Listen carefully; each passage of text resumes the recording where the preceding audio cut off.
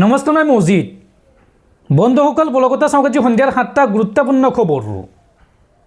প্ৰথমটো খবৰ, অৱশেষত দাখিল কৰা হ'ল জুবিন গাৰ্গৰ হত্যাৰ ঘটনাৰ তদন্তৰ চাৰ্জশ্বিট। কামৰূপ মহানগৰ মুখ্য ন্যায়িক দণ্ডাধীশৰ আদালতত চাৰ্জশ্বিট দাখিল SITৰ। প্ৰায় 3500 পৃষ্ঠাৰ চাৰ্জশ্বিট দাখিল কৰিলে SITয়ে। দাখিল কৰা হ'ল জুবিন গাৰ্গৰ ঘটনাৰ তদন্তৰ চাৰ্জশ্বিট। কামৰূপ মহানগৰ মুখ্য ন্যায়িক দণ্ডাধীশৰ আদালতত চাৰ্জশ্বিট দাখিল SITৰ।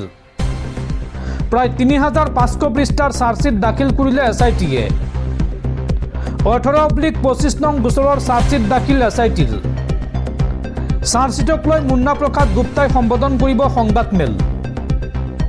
আৰু অভিযোগনামাখন জমা দিলেও ৰাজহুৱা হোৱাৰ সম্ভাৱনা ক্ষীণ। প্ৰমাণিক প্ৰতিলিপিৰ বাবে অপেক্ষা কৰিব লাগিব সোমবাৰলৈ, কিয়নো শুকুৰবাৰৰ পাছত শনি আৰু দেওবাৰে আদালত বন্ধ। আৰু পূৰ্বে জব্দ হোৱা সামগ্ৰীসমূহ লৈ যোৱা হৈছে আদালতলৈ। SITৰ জিম্মাত আছে জুবিন গাৰ্গৰ মোবাইল ফোন, ঔষধসহ এটা চুটকেছ। পৰৱৰ্তী খবৰ, মাধ্যমিকত আধাতে স্কুলাৰৰ ক্ষেত্ৰত দেশৰ ভিতৰতে তৃতীয় স্থানত অসম। ৰাজ্যসভাত উন্মোচিত হৈছে অসমৰ শিক্ষাখণ্ডৰ এই পয়ালগা স্বৰূপ। ৰাজ্যসভাত উন্মোচিত হৈছে অসমৰ শিক্ষাখণ্ডৰ পয়ালগা স্বৰূপ। মাধ্যমিকত স্কুলাৰা শিক্ষাৰ্থীৰ ক্ষেত্ৰত দেশৰ ভিতৰত তৃতীয় স্থানত অসম। মাধ্যমিকত অসমৰ 17.5% ছাত্ৰ ছাত্ৰীয়ে আধাতে সামৰে শিক্ষা জীৱন। ৰাজ্যসভাৰ মজিয়াত কেন্দ্ৰীয় শিক্ষা মন্ত্ৰালয়ে দাখিল কৰে এই তথ্য। প্ৰাথমিক পৰ্যায়ত আধাতে বিদ্যালয়ৰ শিক্ষাৰ্থীৰ ক্ষেত্ৰত অসমৰ অৱস্থা অতি শোচনীয়। কেন্দ্ৰীয় শিক্ষা মন্ত্ৰালয়ৰ তথ্য অনুসৰি প্ৰাথমিক পৰ্যায়ত অসমৰ 3.8% শিশুৱে এৰে বিদ্যালয়। প্ৰাথমিকত স্কুলাৰা শিক্ষাৰ্থীৰ সংখ্যাৰ ক্ষেত্ৰত দেশৰ ভিতৰত 4ৰ্থ স্থানত আছে অসম। উল্লেখনীয়ভাৱে ৰাজ্য চৰকাৰে আধাতে বিদ্যালয়ৰ শিক্ষাৰ্থীৰ সংখ্যা হ্ৰাস পাইছে বুলি বজাই আহিছে ঢাকঢোল। আৰু তাৰ মাজতে ৰাজ্যসভাত পোহৰলৈ আহিছে অসমৰ শিক্ষাখণ্ডৰ এই পয়ালগা স্বৰূপ। পৰৱৰ্তী খবৰ, দেশৰ প্ৰাক্তন কেন্দ্ৰীয় গৃহমন্ত্ৰী শিৱৰাজ পাটিলৰ দেশবহান। 2004 পৰা 2008 চনলৈ ভাৰতৰ গৃহমন্ত্ৰীৰ দায়িত্বত আছিল এইগৰাকী শিৱৰাজ পাটিল। মুম্বাই বিস্ফোৰণৰ পাছতে পদত্যাগ কৰিছিল সেই সময়ৰ গৃহমন্ত্ৰী শিৱৰাজ পাটিলে। আৰু 91 বছৰ বয়সত বাৰ্ধক্যজনিত কাৰণত আজি মৃত্যু হয় প্ৰাক্তন কেন্দ্ৰীয় গৃহমন্ত্ৰী শিৱৰাজ পাটিলৰ। আৰু দেশৰ প্ৰাক্তন কেন্দ্ৰীয় গৃহমন্ত্ৰীগৰাকীৰ মৃত্যুৰ পাছতে এতিয়া শোকস্তব্ধ দেশৰ ৰাজনৈতিক জগত। দৰ্শকসকল, আৰু বহুতো গুৰুত্বপূৰ্ণ খবৰ আছে।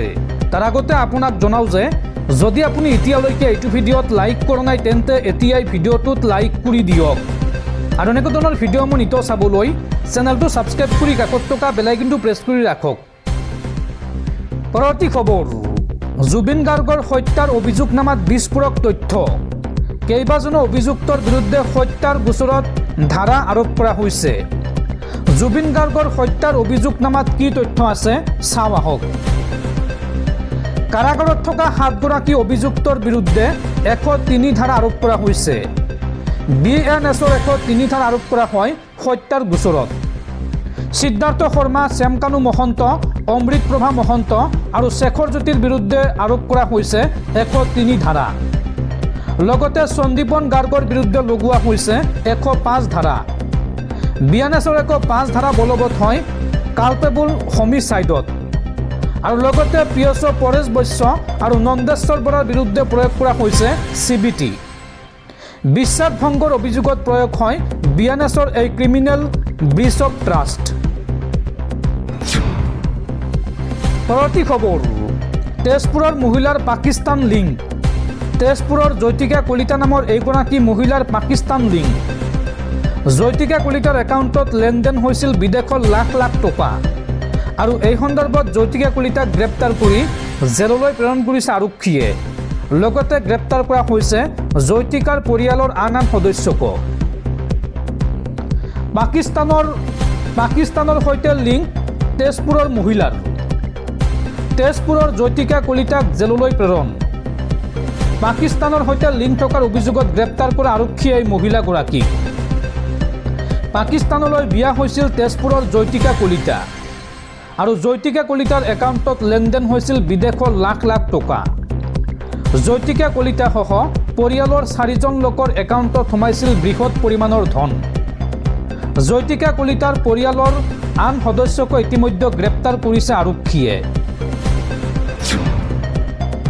পৰৱৰ্তী খবৰ, অৰুণাচলৰ আঞ্জাৱৰৰ ভয়ংকৰ দুৰ্ঘটনাক লৈ প্ৰধানমন্ত্ৰী মোদীৰ শোক প্ৰকাশ। নিহতসকলৰ পৰিয়াললৈ 2 লাখকৈ টকাৰ এককালীন সাহায্য ঘোষণা প্ৰধানমন্ত্ৰী মোদীৰ। লগতে আহতসকলক দিয়া হ'ব 50,000কৈ টকাৰ এককালীন সাহায্য। PM NRF আঁচনিৰ অধীনত এই সাহায্য প্ৰদান কৰা হ'ব। এই ঘোষণা প্ৰধানমন্ত্ৰী মোদীৰ।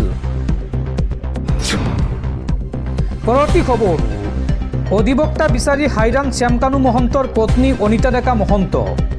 এইবাৰ হাইকোৰ্ট বাৰ এছ'চিয়েশ্যনৰ কাষ চাপিছে শ্যামকানু মহন্তৰ পত্নী। উকিল সন্থাৰো কাষ চাপিছে অনিতা ডেকা মহন্ত। অভিযুক্তৰ বিৰুদ্ধে ওকালতি নকৰাৰ সিদ্ধান্ত প্ৰত্যাহাৰ কৰাৰ আহ্বান শ্যামকানু মহন্তৰ পত্নী অনিতা ডেকা মহন্তৰ।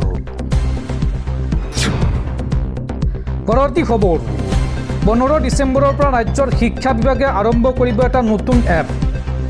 5 দিন একেৰাহে বিদ্যালয়ত অনুপস্থিত থকা শিক্ষাৰ্থীৰ অভিভাৱকলৈ এই এপটোৱে প্ৰেৰণ কৰিব স্বয়ংক্ৰিয় মেছেজ। দেশৰ ভিতৰতে অসমত প্ৰথম হ'ব এইটো এপ। এই ঘোষণা ৰাজ্যৰ শিক্ষামন্ত্ৰী ডাক্তৰ ৰণোজ পেগুৰ। পৰৱৰ্তী খবৰ, SIRৰ জৰিয়তে পশ্চিমবংগত 1.5 কোটি ভোটাৰৰ নাম কৰ্তনৰ প্ৰস্তুতি বিজেপিৰ। অমিত শ্বাহ বিপদজনক। তেওঁৰ দুয়োটা চকুত দুৰ্যোধন আৰু দুঃসাহসক দেখা পোৱা যায়। এই মন্তব্য পশ্চিমবংগৰ মুখ্যমন্ত্ৰী মমতা বেনাৰ্জীৰ।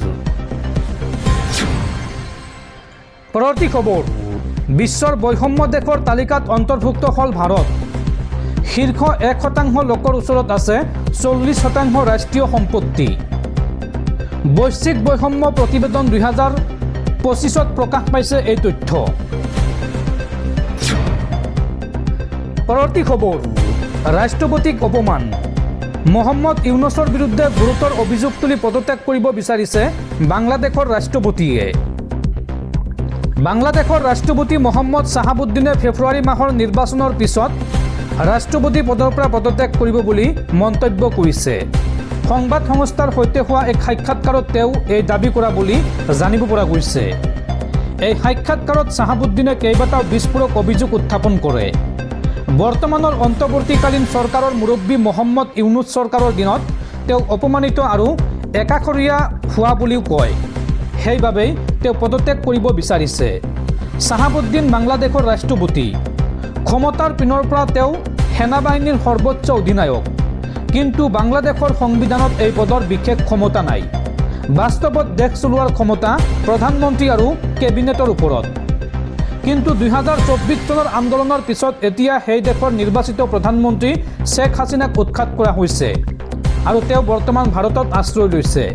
এনে পৰিস্থিতিত সংবিধানৰ একমাত্ৰ চৰকাৰী অধিকাৰী হ'ল ৰাষ্ট্ৰপতি।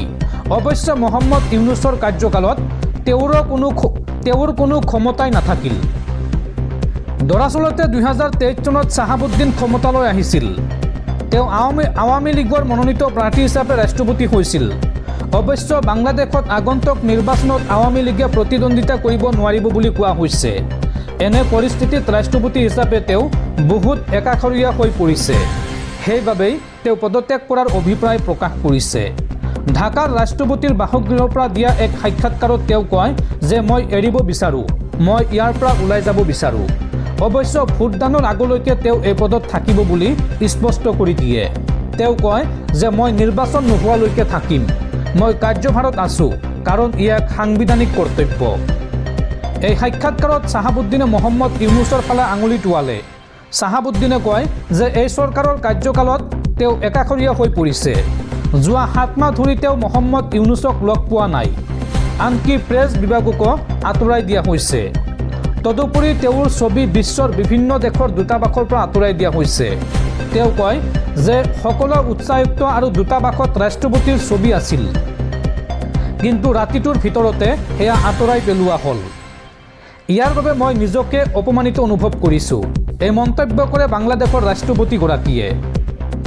আৰু তেওঁ মহম্মদ ইউনুছকো এই বিষয়টো সন্দৰ্ভত সুধিছিল, অৱশ্যে কোনো উত্তৰ নাহিল। বৰঞ্চ তেওঁৰ বক্তব্যক নীৰৱ কৰাৰ প্ৰচেষ্টা চলোৱা হৈছে বুলি তেওঁ কয়।